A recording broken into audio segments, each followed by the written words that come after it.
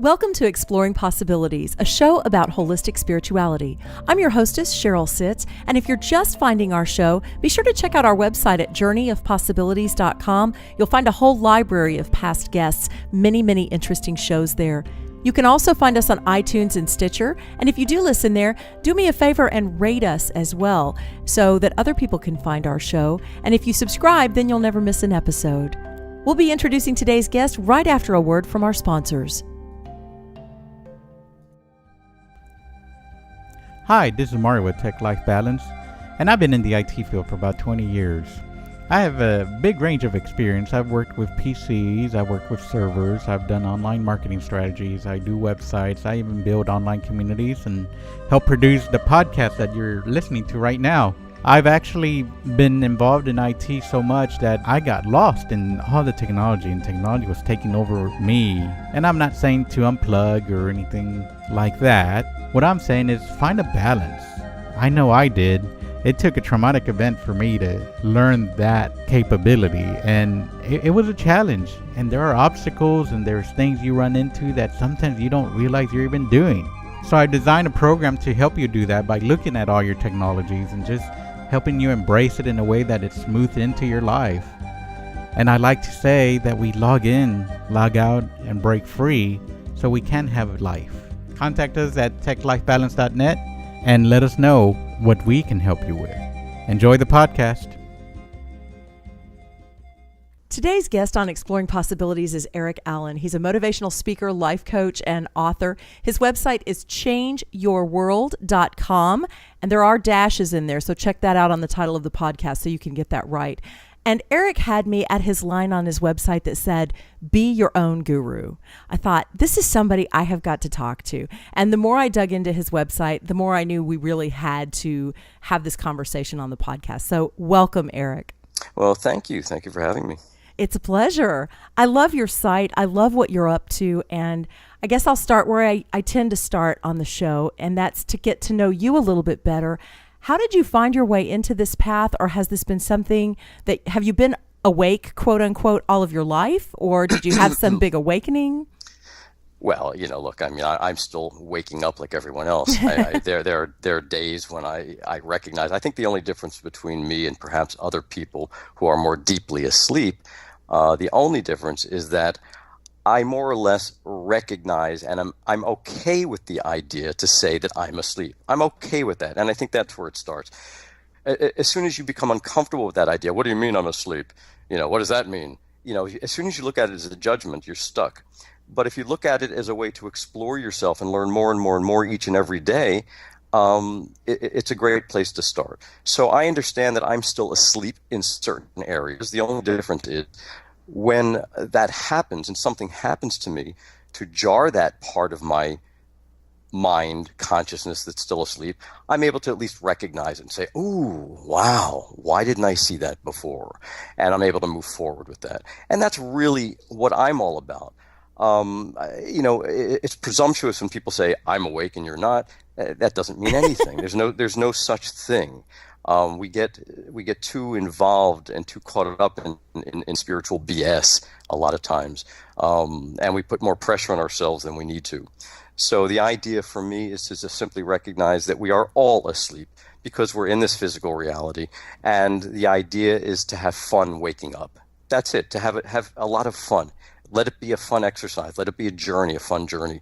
And know that each day we're waking up more and more and more, and it's exciting and it's fun. And look at it that way. Have fun with life rather than a chore. Like, oh, this is terrible. I can't believe I have to think about this every single day to wake myself up or to move forward. It becomes a fun thing to do rather than a challenge. And that's where I come from. But to go back and just answer the question about when I perhaps started to wake up, is really when I was very young. I got involved in martial arts at a very early age, and that had a lot to do with waking me up because I saw things very differently than other people. I wasn't afraid to be alone in practicing the martial arts. I wasn't afraid of experiencing pain, and I wasn't experienced of learning new things. I wasn't afraid of anything. It really helped me to challenge my fears. And that's really where it all started. I mean, I started teaching at 15 years old under some of the greatest masters from Japan. I started off almost as a teacher, and it's not so profound when you think about it, because by teaching we learn more than when we're students. It's such a great opportunity to teach, because as you teach, your students also become your teachers. And so it was a wonderful experience at 15 years old to work with people who were in their 30s, in their 40s, in their 50s, 60s, 70s. Here I was 15 years old. So I was able to give and share and learn so much about myself through teaching. So all of my students also became my teachers. And that's how I've continued to look at life. Everyone I meet is my teacher. Always, every day, no matter who it is, whether it's a stranger on the street, my wife, my child, you, everyone I meet and talk to. If I haven't learned something new from somebody that I've talked to, that's my fault. That's my problem. I've missed something. I love it. So that tees right into your definition of be your own guru. What was on your heart when you said that? Well, you are the power you've been searching for, which is what I said in my first book. It's as clear as that.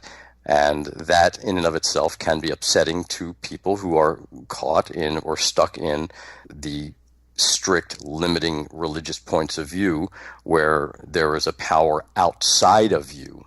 However, from my perspective, from my point of view, that energy, whether you want to call it love, source, God, whatever, is not something outside. Everything is within consciousness. Everything is within us. So obviously we've heard over and over again, you are God, I am God. That's really what it means. We're a part of everything, all that is. And all that is a part of us. When we understand that, life becomes a little more easy to navigate, I think, because we're not so dependent. We're a part of, and we flow with. And we're always growing, always learning. There's no limitation. There is no one book, let's say, that you read from beginning to end and it has all the answers. It's an open book. Life is an open book. You're always going to be learning. You're always going to be changing. And from my perspective, no religion can offer that, because all religions in and of themselves are closed books. They have a beginning, middle, and an end. That's it. And there's no outside of that thinking. Whereas when I say be your own guru, or you're the power that you've been searching for, there is always something to learn. There is always something new. You're always evolving. You're always changing. So don't limit yourself. Don't get stuck. As you talk about religion, that's really where I wanted to go with that. I grew up a very religious background.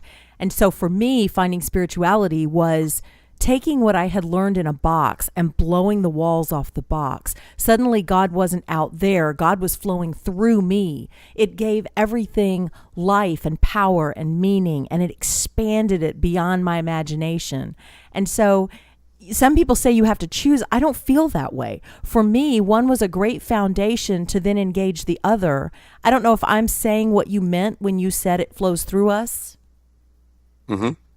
So absolutely. That's what it means for me. And I think I think they're a perfect fit for each other. If someone chooses to go that way with it, it doesn't have to be one excludes the other. And right now I hear that a lot, especially here in the Bible Belt of Texas. I have, because I grew up in religion, a lot of friends that had religious backgrounds, and they feel like I've turned my back on my spiritual background. It's just the opposite. It came to life for me. Now it's a daily moment by moment thing. Of course. That is the idea, of course, is that it's not about thinking outside of the box. It's about getting rid of the box. Yeah. There is no box. There shouldn't be no box. That in and of itself is a limitation. We are unlimited beings. We're unlimited spirits. We're infinite consciousness. The term infinite is a wonderful word, even though our physical minds can't quite grasp it. We can't. We understand what it means, but we can't really grasp infinite. It's a pretty crazy concept to try to understand. Nonetheless, that's what we are. Infinite consciousness. So any one philosophy, no matter what it is, as soon as you say this is the way, that's no longer infinite. Right. And what fun is that? Now, again, there's no right or wrong. everyone is here to learn in their own way. There's something for everyone, every different flavor of ice cream that you want. I don't put down anything. I don't say anything is bad or good. It's just an experience. There's positive and negative energy, of course, but nothing is bad or good. You can learn from everything. You can learn from anything. So if someone's journey is to follow, if someone's journey is to create the idea of a being that rewards and punishes, well, so be it. Enjoy that if that's what serves you. All I ask is keep it to yourself. That's all. Enjoy it. But don't make me or try to tell me that I need to enjoy your flavor of ice cream. That's all it is. You may love this flavor. Enjoy it. Totally enjoy it. But don't go around forcing that on anyone else. That's the only thing I ask of anybody. It's just respectful. I'm respectful of anyone and their beliefs, their religions, no matter what that is. I can be around anybody and have fun with anybody and enjoy who they are and what they think. All I do is offer a different perspective and say, if you want to take a look at this, it's up to you. If you don't, that's fine. Doesn't hurt me. I love that. I want to ask you, you say that we create the world in which we live, and you offer sessions with people to support them in creating the world, I'm assuming, that they want to live in. Is that a spiritual journey? Is it a power of positive thinking journey? Is it both? What does that look like? Well, it depends on who they are, first of all. Certainly, I've had numerous people contact me because the first thing they wanted to do was to eliminate their fear of leaving the religion that they've been brought up in. And believe me, I've worked with people from every religion, from Orthodox Jewish to Christian to Catholic to whatever, you name it. Even people wanting to get out of things like Scientology.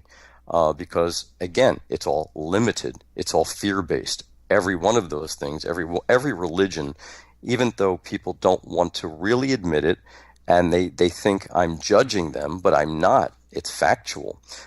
All the major religions are fear-based. There's a underlying fear. If you say this, if you do this, if you don't do this, something is going to happen to you. You're either not going to go to a special place or you're going to go to a very scary place if you don't do what we tell you to do. Mm-hmm. And my feeling is, I'm sorry, you can have that if you want that, but no, we're all going to the same place, no matter what we do. How we learn from that journey, what we learn from that journey is on an individual basis, but we're all going to the same source. We're all going back to the same source, same spirit. So, again, when I work with people, depending on where they're coming from, at first it's a matter of understanding the blocks that are keeping them from experiencing life in a more profound way, from maybe manifesting in ways that they would like to manifest, breaking through certain fears, limitations, and then from there helping them to see how much power they have. But it's a long road, especially you probably understand this, being in a religion can be a very, very profound experience of limitation because of the fears involved. And a lot of religions are set up so that you're not even allowed to think about leaving the religion, first of all, because even if you think about it, then on some level you're doing something wrong. Yeah. So it's a very deep level of anxiety for people who want to break free and wake up and become their own gurus or their own power. It can be a process depending on how deeply someone has accepted all those limitations and all those fears. Yes, it can. It can be terrifying. Well, it is for most. It yes. is. And when you hear so many stories, as I've heard, of the, I call it abuse, whether it's emotional or whatever. I'm not even talking physical abuse, but I'm just talking the emotional abuse of the fear that's instilled in children. Yes. Right from the start, of how to behave and how to think and what to say and how to say it. You're not allowed to say this word, not allowed to say that word. Oh my goodness. What happened to free spirit? What happened to letting children just explore and learn? And of course we have to teach them. Of course we have to guide them to a degree. We don't want them hurting themselves, or we have to be a proper guide without manipulating, without controlling.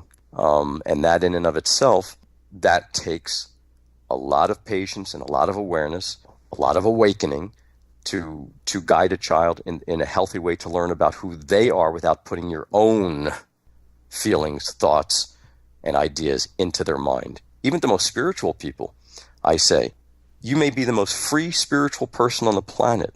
The second you try to change your child to make them more like you failed them. Yes.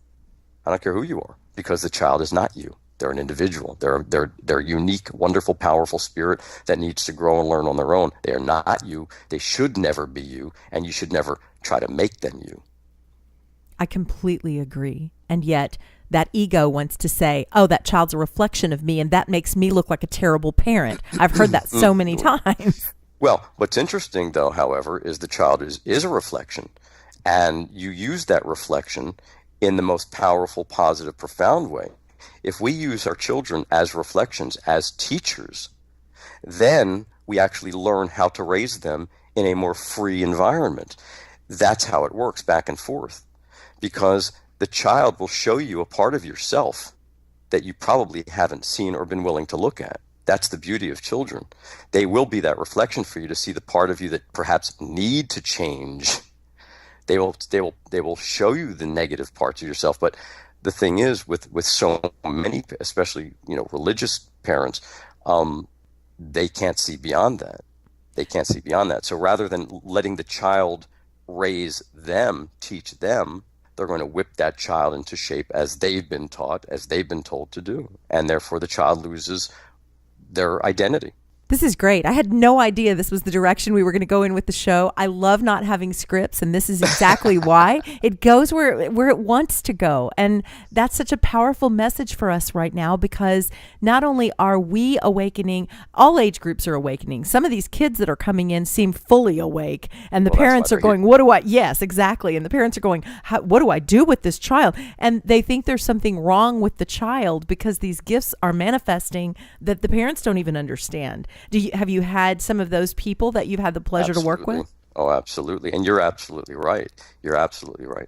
The children that are in place now, that are the spirits that are coming through the vehicles of, parents right now on this planet in all different parts of the world, are here for a very profound reason.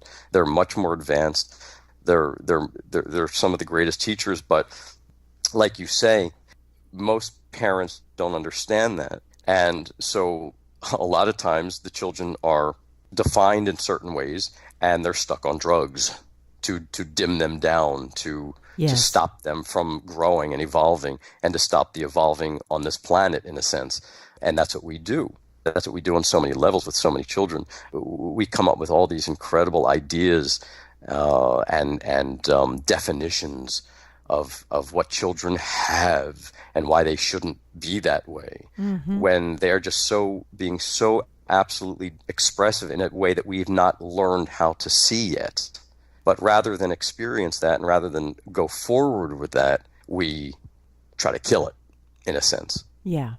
Especially stuff like, where the kid is hypersensitive to sound and light and everything, because, again, they're so switched on. We're looking for drugs to make it tolerable for them. Thank you. Exactly. When we should be looking at them and saying, oh, how fantastic. What are you feeling? What are you seeing? Yeah. And helping them, in a sense, to deal with that in a more loving, profound way, so that they can also use that power that they have, which it's an actual power that they have, and help them develop that power so that we can learn more about ourselves and advance more quickly. But we go, oh, something's wrong with that kid. It's not like us. Let's just give him a drug and, stop him. Yeah. It's sad. It is. It is sad. But this is the challenge right now on this planet. Whenever you have the idea of a grand awakening, you're also going to have that energy, the yin-yang energy. You're going to have the opposite of that as well. Again, not good and bad. It's just we're going to experience both sides of that so that we can truly see what we prefer. That's why we're experiencing that. That's why we're also experiencing the amount of violence right now in the world, and fear and anger and anxiety, because we are actually having one of the most profound awakenings that we've ever had on this planet. But by the very nature of this profound awakening, we're also setting up, in essence, a detoxification. We're clearing out. And so all the toxins are going to come to the surface. I liken it to the idea that when people go on a juice fast or something like that, what happens is for the first couple of days, you feel like death. you feel horrible. And you don't even know if you want to continue with it because all the toxins are coming out. Right. And if you just get through that, if you can just force yourself through those first few days, your body is going to heal and be more powerful than it's ever been before. So in essence, what we're going through right now is a tremendous detoxification on this planet. So we're experiencing a tremendous amount of negative energy bubbling to the surface, almost more than we've ever experienced before. But what's happening is, rather than instead of looking at it that way and people saying, okay, wow, this is a detoxification, we're growing, we're learning, we're evolving, we're awakening. Well, the masses become more terrified and more fearful and more angry, and they just keep feeding the monster. They're throwing fuel on the fire. This is another thing that we have to learn how to, once and for all, over 2,000 years, we've only thrown fuel on the fire. We believe that we have to kill people for peace, which is the most absurd, ridiculous contradiction that you can come up with. Let's kill for peace. It doesn't work. Never has. It never will. But to try to convince powers that be, or the masses that are in fear, that there is another way, there actually is another way, you're going to be met with a lot of anger and a lot of fear. It's a very challenging concept to say to people, there is another way, rather than killing people. Don't you think that's the same thing when you talk about this detoxification that's happening on our planet? And I agree with you about what you're saying, by the way.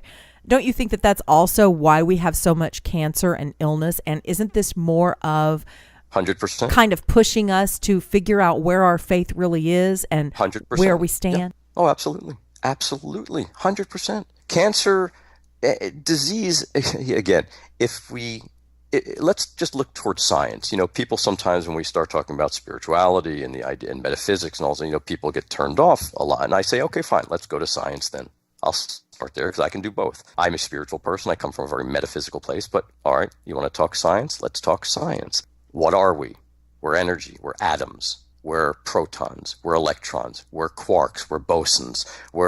Every few years, we're discovering a smaller particle of energy that makes us up. We are all the same energy. The star in the sky, the ocean, the computer in front of you. We're all made up of the same stuff. If you look under an electron microscope, we are all the same material. Atoms, molecules, protons, electrons, so forth and so on. That's all we are, is energy. So why then is it so difficult to think, if all we are is energy, that anything that happens to us is just energy, and different levels of energy, negative and positive energy?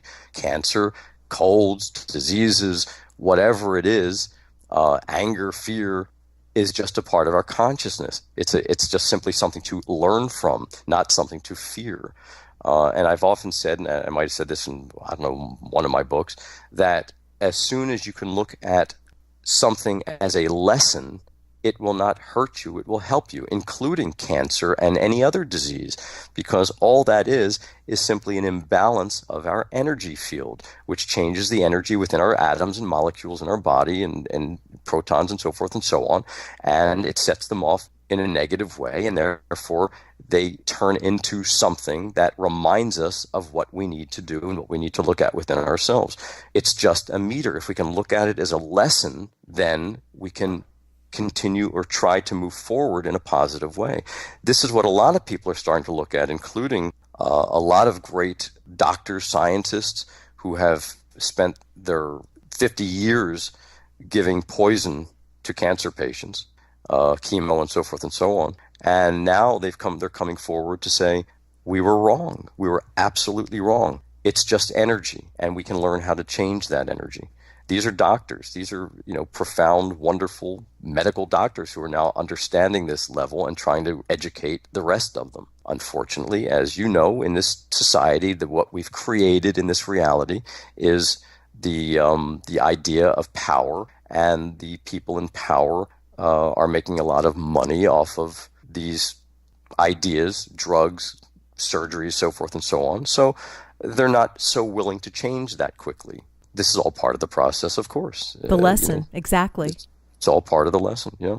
It's funny that you talked about lessons, and we had a little bit of fun talking before we started the podcast about the holidays and family. And so where would you tie in family to the lessons that we can learn and why we're here and all of that? Where does that tie in for you? Well, first of all, the whole idea of family to me is, again, it's a construct. It's something we make up.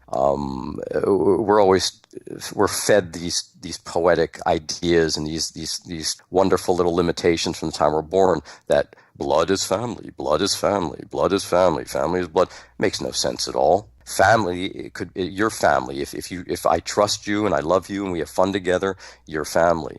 If my blood family is dysfunctional and not serving me for my highest purpose, they're not my family. I've just come through them. So the idea for me has always been to just recognize people for who they are, even my own family. Are they genuine? Are they loving? Am I having a good time with them? Then I want to be with them. I can have fun with them. If not, I'm able to just say, I don't want to be with you. I can do that very easily at my age right now. I'm at 58. I've learned how to do that very easily with people very, very quickly. I can do that. It's not a problem to just say, this doesn't serve me. I'm sorry, but see you around. So let me ask you, since we talk about lessons, and I agree with that, and yet I also wonder sometimes, okay, as I weed out this person, weed out that person, oh, that's not really healthy for me to be around that anymore. Is that true? Is it not healthy for us to be around it? Or is it something for us to learn to not be triggered by anymore? Well, let's look at it this way. Everyone is a part of consciousness. You and I are one consciousness. We are having this wonderful idea that we're separate right now, but basically we're talking to ourselves. Right. Okay? We're really talking to ourselves. Quite honestly, we're just hearing ourselves from different perspectives. That's all we're doing. I love that. So anyone that you meet, you may decide they are part of your consciousness. And if you're deciding at any given moment within your own consciousness that I've learned this lesson already and I don't need to learn this lesson anymore and I'm done with this lesson, it no longer serves me, then that person being a part of your consciousness is just something that you're moving away from and learning from. It's not, if we look at things as they're individuals that were hurting, then we're going to create that idea. But when we're looking at it from the highest perspective, we're saying that person's just a part of my consciousness. If they were dysfunctional, they've simply reminded me about a certain dysfunction within me. Now, I have a choice at that moment. I can say, okay, you're teaching me about a certain dysfunction about myself. I need to learn more about that, so let's continue this relationship. Let's go on, and I need to learn more about that.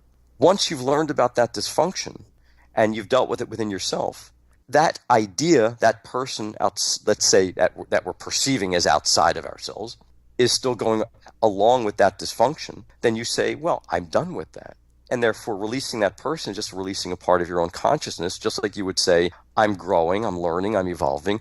I no longer think the way I think before. You don't judge a thought, right? You don't say, oh, why did I get rid of that terrible thought? Oh, I feel horrible. I got rid of that thought that didn't serve me anymore. I feel terrible. Well, you don't. You say, that was great. I'm learning. So why can't you just remove yourself from an individual, which is just another spirit or another part of your consciousness that doesn't serve you anymore as well? It's the same thing. We put too much on it is what we do. Yeah. Well, and you said you like to have fun on this path, and I like that. Absolutely. What's it all about? And the more fun that you've learned, the more fun that you learn to have, the more love that you give yourself, the more excitement that you learn to experience, the more of those kinds of people will start manifesting in your life. And that's what you'll start experiencing more and more and more. It really is physics. I know it sounds like metaphysical stuff, but it really is. It's the science of how things work in creation, or whatever you want to call it. What you put out is what you get back. It's really that simple. And I know all the arguments about that one too. I've heard them all. Believe me, I've been challenged over 30 years or more. The way people challenge and the way people twist and turn ideas to suit their limited thinking. I understand all that stuff. I do, and I try. Years and years ago, I would come at it from a different place, a little bit hard, a little bit more argumentative. Now I just say, well, okay, let me explain it to you this way. Let me try to show it to you this way. If you can understand it, fine. If you can't, then, like I just said before, I'm moving on, because that's just a part of my consciousness that I don't want to deal with. Right. It's giving everyone an opportunity, as people give me opportunities. I may not be someone's ideal, and they may say, I don't want to be with you, and I say, that's fine. I don't feel anything when someone says, you're not right for me, or this is not a friendship I want. I don't take it personally. I say, oh, okay, that's fine. You understand who you are and what you want. That's okay. You mentioned some books. Do tell us, what are the books that you've written? And I'm sure they can go on the website and find it. What is your latest book, or are you working on one now? How's that going? Well, I am working on one, but I'm not going to talk too much about that. It's very different than the other two that I have out. But the ones I have out now are just lots of fun. One is The New Way. I wrote that a bunch of years ago. I actually wrote it for my daughter, in essence. I didn't even expect it to be necessarily a book other people would read, but at the time my daughter was growing up and very young, and she was asking me a lot of questions about life. And again, trying to help her to experience life without me putting any kind of limitations or restrictions on her. I didn't want to manipulate her. I wanted her to be a free spirit. And so I told her to start reading all kinds of books. I said, read the Quran, read the Christian Bible, read the Torah, read everything. Look at everything. Look at every religion. Don't deny yourself. I want you to really see what's out there. And then once you see everything that's out there, you can make an educated decision as to what everything means. And I'll tell you, that is the best thing you could ever do for a kid, I think, because once a kid starts reading all these different ideas, they're like, what the heck? I agree. What is all this stuff? How come everybody thinks differently? And then I started to write my book, which was just the idea of free thinking, of how to be a free thinker. And because I wanted her to read it and say, look, this is how your dad thinks. And essentially, if you can look at this and take whatever you want out of it or not, whatever makes sense to you, fine. If it doesn't make sense to you, you don't have to believe it or follow it. I don't want you to. I want you to question everything, including me. Always challenge authority, even your dad. I wanted that. I instilled that in her. Challenge me. Go ahead. Question me. Challenge me. I don't want you to ever think that I am better than you or more important or smarter or whatever. I'm just someone that has ideas, and perhaps some will work for you and some won't. But I just want you to be a free thinker, and that's because that's who I am, and allow yourself to do the same. Such great parenting. That is great parental advice for any parent to give their kid. And then be ready, because you will be challenged, and how you handle that will show you a whole lot about yourself, right? Oh, and I loved it. And I'll tell you right now, she's 20 years old, and she is just the most fantastic, spiritual, beautiful, open-minded. She helps other kids find themselves who are lost, perhaps, who have had rough childhoods and abusive or drugs or whatever.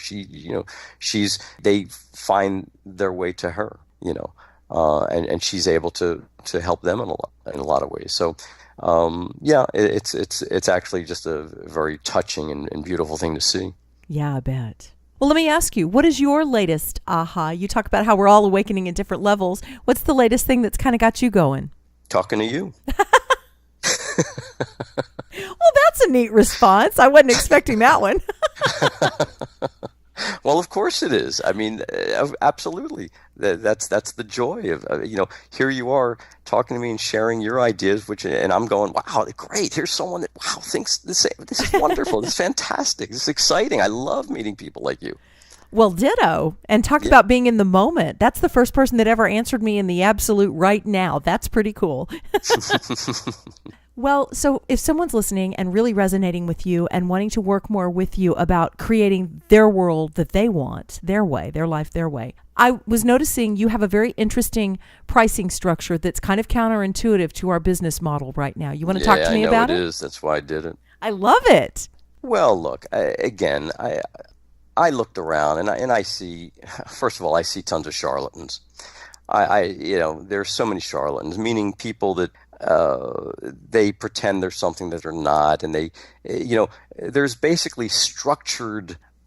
You can go online and get these phony spiritual certificates and whatever. You become a reverend, or you become this, or you become that over online, and you basically have read through a whole bunch of material and you regurgitate that material to someone on the phone, and that's all they're getting. That's really it. And they're charging $150, $200, $300. And I thought, oh my goodness, okay.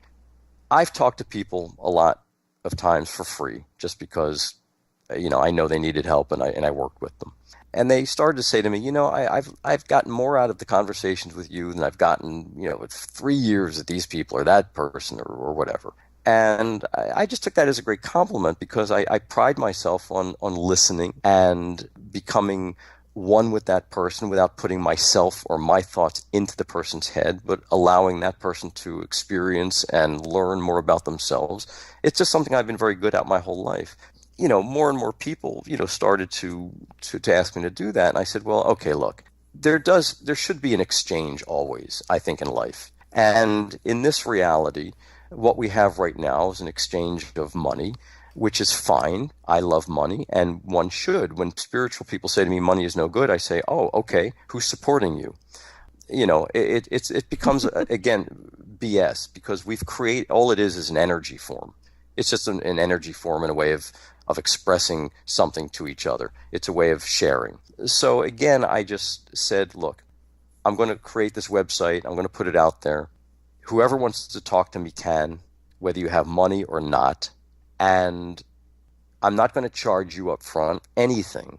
After we speak for an hour or more, and believe me, I usually go for about an hour and a half with people anyway, if what I said makes sense, if it resonates with them, then I say to them, yes, please leave me a gift, something. It could be $5, it could be $10, depending on what you have or what it's worth to you. And it's been wonderful, because certainly I've had people who are financially well off, and so they've left me very nice gifts. And then there have been some people who have virtually nothing, and they might leave me $5, $10. I offer the same respect and love to all of them. There's no differential. I thank you with all my heart for sharing and enjoying what I do, and and for the gift, whatever it is, because I know that if you don't, at least in your mind, if you're feeling some sort of lack, then I appreciate it even more if you send a little something, because I understand. But I always say too that that's actually helping you get through it, because if you're saying I don't have anything to give, then that's the reality you're creating, and you're going to keep creating that lack.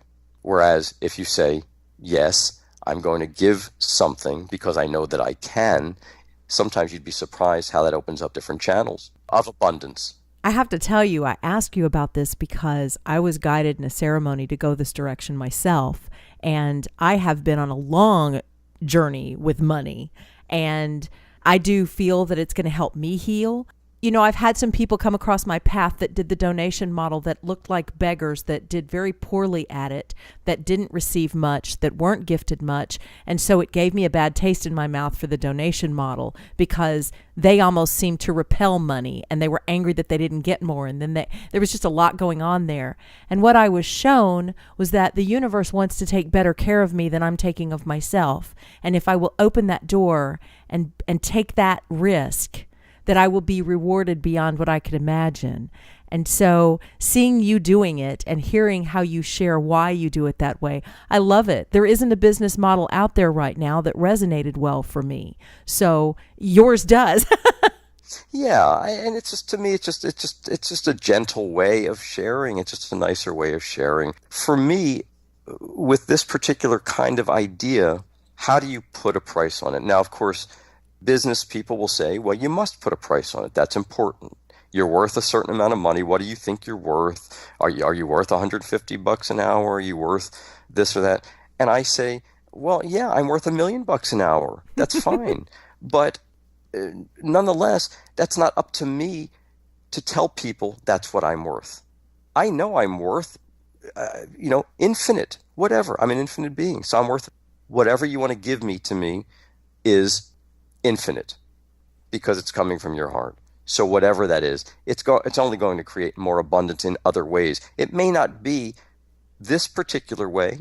This particular thing may not be the way to make a living or to make $1 billion, but it's still opening up abundance in one's life so that other things keep occurring and things do keep happening and you do keep flowing, because that's what it's all about.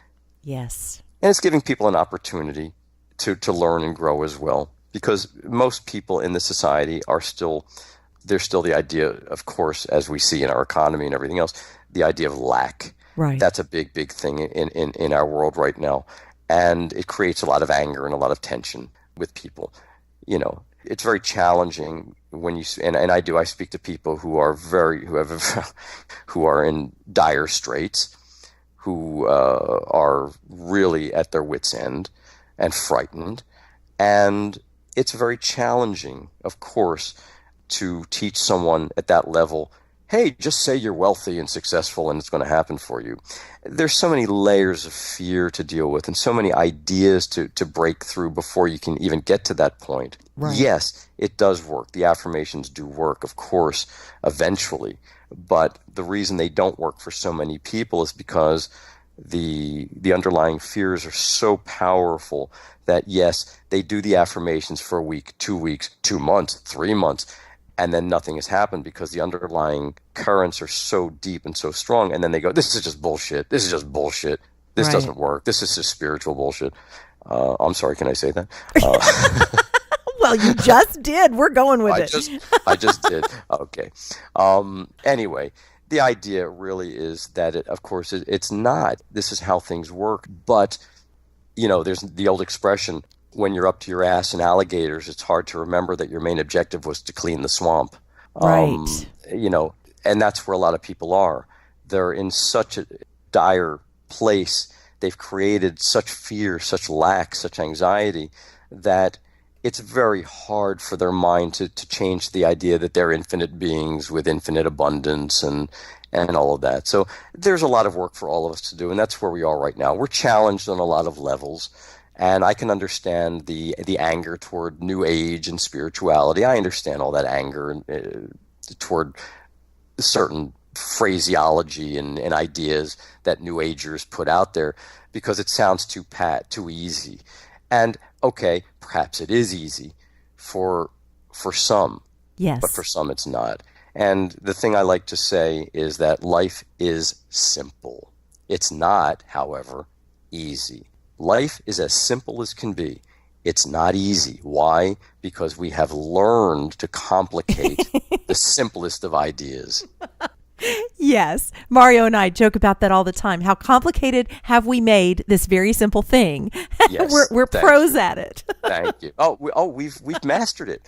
We are the absolute on this planet, in this reality, we are absolute masters of complicating simple ideas. Yes. Yeah. Yes, then we can't believe that they're simple anymore. We've so complicated them. We will fight and scratch and claw and no, it's not. No, it's not. Life sucks. Life is horrible. Life is this. Okay. Yeah, and so we keep creating that complex web. It perpetuates. We keep perpetuating the things that we don't want in our life.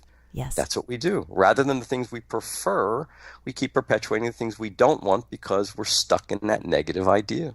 You know, what's exciting to me is that we're having this conversation, which means that's shifting. And I love every conversation that shows the shift is happening. It's real. It's not an imaginary phrase people are walking around saying. It's real. No, it's real. It's real, all right. But that's what we're talking about before, is that it is very real, which is why we're also seeing the opposite. We're also seeing that extreme detoxification. Yes. Because that's just the nature of growing. It's the nature. You know, I liken it also to, in my first book, I talked about the idea of lifting weights. And I said, compare it to this. When you lift weights and want to build a muscle, okay, on a physical, scientific level, what you're actually doing when you're lifting a weight is you're actually tearing the muscle. You're tearing the muscle, and the muscle rebuilds itself and becomes stronger, which is why you have soreness the next day after you've lifted weights or done some exercise. Now, if you liken that to what we're doing, it's the same thing. It's the same thing. We're lifting spiritual weights. And as we're doing that, we have to tear some stuff. We have to build a stronger, more profound, positive base. Certainly in the process, we're also, because this is physical reality, that we're creating that sense, that idea of push-pull, push-pull. So in order to slingshot ourselves into a more powerful, positive future, to do that, what we're doing is this detoxification, this tearing of the muscle, to build up. So we're experiencing sometimes more pain and more suffering, but we can learn to tweak that and even look at that as, again, something that's helping us and going to make us stronger rather than something to fear and fight. I'm thoroughly enjoying this spiritual workout with you, and your analogies are fabulous. Thank you. Unfortunately, we're about to run out of time, so I just want to ask you if you have any parting thought that you'd like to leave with us today. Really, just that if I could put out one thought, is that the power truly is within you. All is one, and one are all. We are one with Source. It's not separate from us. It's within us. And when we can really, really understand that, we can really start moving forward in a more positive and profound way. It is really that simple. The universe wants us to have everything we want. We just have to create that powerful, powerful resonance vibration and let it happen. Thank you for helping us get there with your conversations and all that you're doing. Thank you. Well, thank you so much. Would you like to be a guest on Exploring Possibilities? Drop me a note at info@journeyofpossibilities.com. Thanks so much for joining us, and we'll see you next time on Exploring Possibilities.